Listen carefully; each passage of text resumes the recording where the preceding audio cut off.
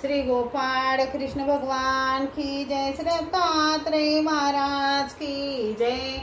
माझे सर्व भाविक भक्त, माझे गोपाळ कृष्ण स्वामी यांचे भक्त, माझे दयाळू मयाळू, माझे माय बाप श्री चक्रधर स्वामी यांचे भक्त, आपण ऐकून राहिलो भगवंताची भक्ती पहा। भगवंताच्या भक्तीत पहा किती मोक्ष आहे।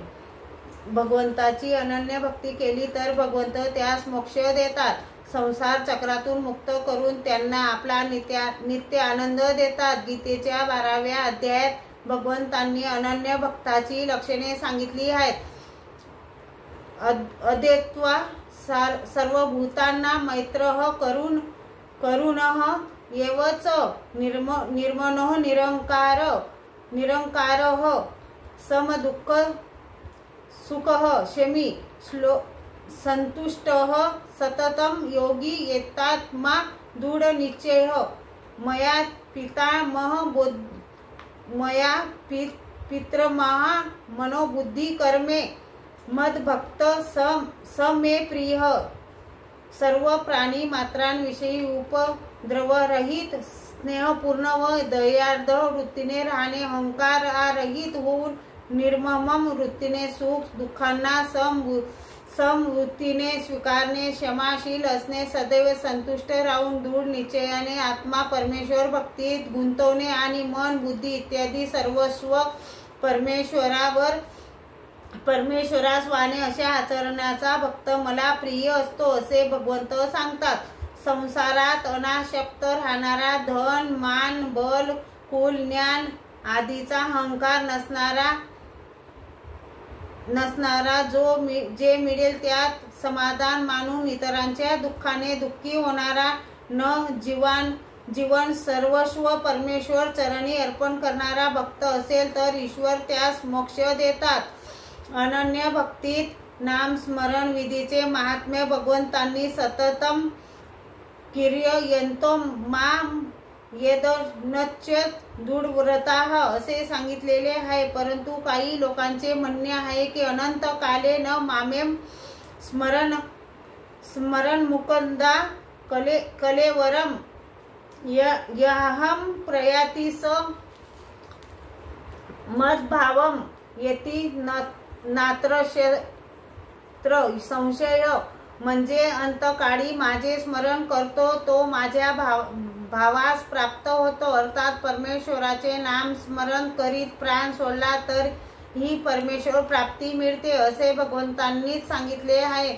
मग आयुष्यभर परमेश्वर भक्ती करण्याची कट पाठीमागे लावून घेण्याची काय आवश्यकता? मरण समयी परमेश्वराचे नाम स्मरण करीत देह त्याग करून अशी भावना धारण करून लोक परमेश्वर भक्ती करण्याचे सोडून देतात, परंतु मरणासमयी अशा पुरुषांना परमेश्वराची आठवण होणे शक्य आहे काय? मृत्यू समयी तर नाहीच, पण वृद्ध अवस्थेतही होत नाही, कारण वृद्धापकाळात सर्व इंद्रियाचे व्यापार थंडावतात, मन बुद्धी दोलायमान होते, कानाने ऐकू येत नाही, तोंडातून व्यवस्थित रीतीने शब्द बाहेर पडत नाहीत। मग मृत्यू समयी स्मरण करणे कसे शक्य होईल? एखादा स्मरण करू शकेल, परंतु मरण काळ सर्वांचा सारखा नाही। मृत्यू समयी एखादा शुद्धीवर असतो, बहुतेक शुद्धीवर राहतच नाहीत। कित्येकांना व्याधीचा वेदना इतक्या असह्य होतात की त्यामुळे तो बेशुद्ध होतात, अशा अवस्थेतच त्यांचा प्राण निघून जातो। मग स्मरण कुठून होणार?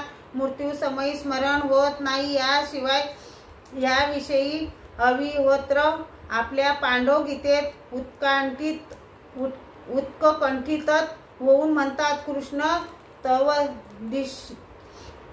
तवदीयम पड कंजरांते हैवम मे विहेतुक मानस राजहसः प्राण प्रणाह्यम समये कपवात पित्तेह कंठावरोध न विदोस मरणम कुतस्तेह। म्हणजे हे कृष्णा, आजच तुझ्या चरण कमल रूपी पिंजऱ्यात माझ्या मानस रूपी राजहंस प्रवेश करो, कारण प्रणोत्क्रमणम होताना कफ, वात, पित्त या त्रिदोषांनी गळा दाटून आल्यावर तुझे स्मरण कसे होणार? यावरून अंतकाळी परमेश्वराचे स्मरण होत नाही हे निश्चित. याकरिता प्रत्येकाने तरुण अवस्थेपासून स्मरण साधना केली पाहिजे, तरच तो स्थिती अवकाळी राहील. म्हणून भगवान अंतकालेच मामेव स्मरण नुक्त्या कालेवरम असे म्हणतात. ज्यांनी आयुष्यभर स्मरण केले आणि मृत्यूकाळी त्यांची बेशुद्ध अवस्था झाल्याने त्यांच्याकडून स्मरण झाले नाही, तर अशांना परमेश्वर मुक्ती नाही काय अवश्य देईल. कारण त्यांनी आयुष्यापर्यंत स्मरण केले असल्याने त्यांना परमेश्वर मुक्ती देतात. याविषयी भगवान म्हणतात, सततम कीर्ते यंतो मा येत नश्यच दृढ प्रतः नमस्त्य हंतश्च माम भक्त्या नित्यमुक्ता उपासते मया पित मनोबुद्धी मामेव वेश्य संशयमम. म्हणून मला मन व बुद्धी समर्पण करून जो सर्व काळ माझे स्मरण करीत इतर विधीचे आचरण करीत राहील तो मलाच प्राप्त होईल, यात संशय नाही. सतत स्मरण करण्याची मृत्यू समयी जागृत अवस्था असेल तर ते स्मरण करू शकतील, परंतु ज्यांनी आयुष्यभर स्मरण केलेच नाही त्यास अंतकाळी परमेश्वराचे स्मरण होणे शक्य नाही. कारण तो सदा सर्वदा संसाराची कर्मे आठवत राहतो, तर त्यास अंतकाळी परमेश्वराचे स्मरण होणे शक्य नाही. त्यास अंतकाळी परमेश्वराची आठवण न होता संसारातील पदार्थाचीच आठवण होईल. त्याचे फळ त्यास दुःख रूप योनीत जावे लागेल. उदाहरणार्थ सूर्यवंशातील भारत आपल्या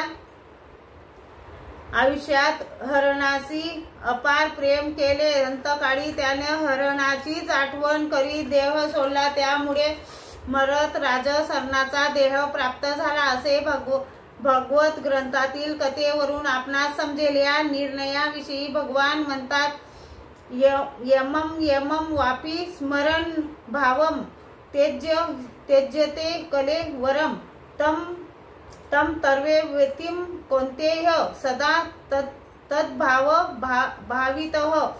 म्हणजे मृत्यू समयी आपण ज्या मनोभावाने चिंतन करीत प्राण त्याग करू त्याच भावाची इच्छा प्राप्ती आपणास होत असते. याकरिता संसारातील कोणत्याही पदार्थात आसक्ती न ठेवता सतत भगवंताची अनन्य भक्ती केल्यास परमेश्वराची प्राप्ती होईल. हे आपणास सर्व धर्म परित्याज्यम मामेकम शरणम वज्र हम त्वा सर्व पापेभ्यो मोक्षयिष्यामि मा शुचम. यावरून माहीत पडते परमेश्वराची अनन्य भक्ती करून परमेश्वराच्या नित्य आनंद मिळवण्याचा सर्वांनाच अधिकार आहे, परंतु तो जो प्रयत्न करील त्यासाच परमेश्वर प्राप्त होईल. प्रयत्न न करता स्वस्थ बसेल तर परमेश्वर कसा प्राप्त होणार? समृद्धातील रत्ने मिळवण्यासाठी एखादा मनुष्य समृद्धात उतरता किनाऱ्यावरच स्वस्थ बसून राहिला तर त्याला रत्ने कशी मिळतील? समृद्धात उतरून तळाचा शोध घेतला तरच ती प्राप्त होतील.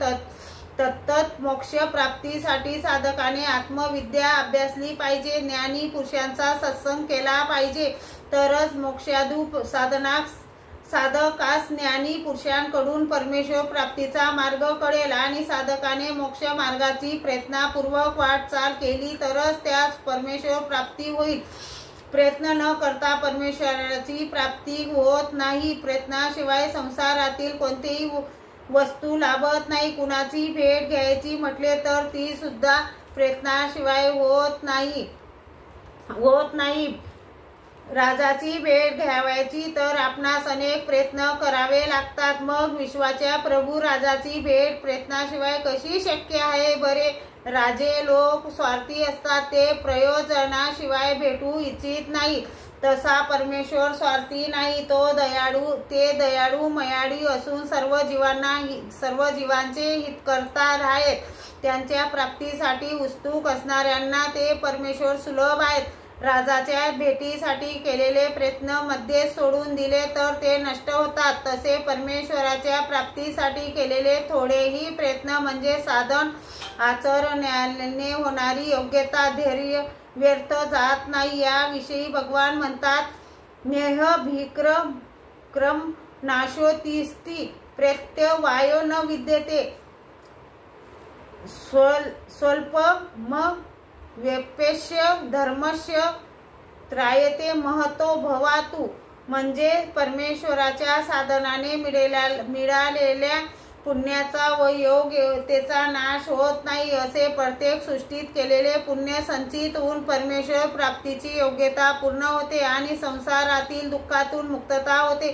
तेव्हा भगवंताचे वचन लक्षात घेऊन परमेश्वर प्राप्तीसाठी केलेले प्रयत्न चालू ठेवणे व परमेश्वराची अनन्यपूर्वक भक्ती करणे हे आपले कर्तव्य आहे. श्री गोपाळ कृष्ण भगवान की जय.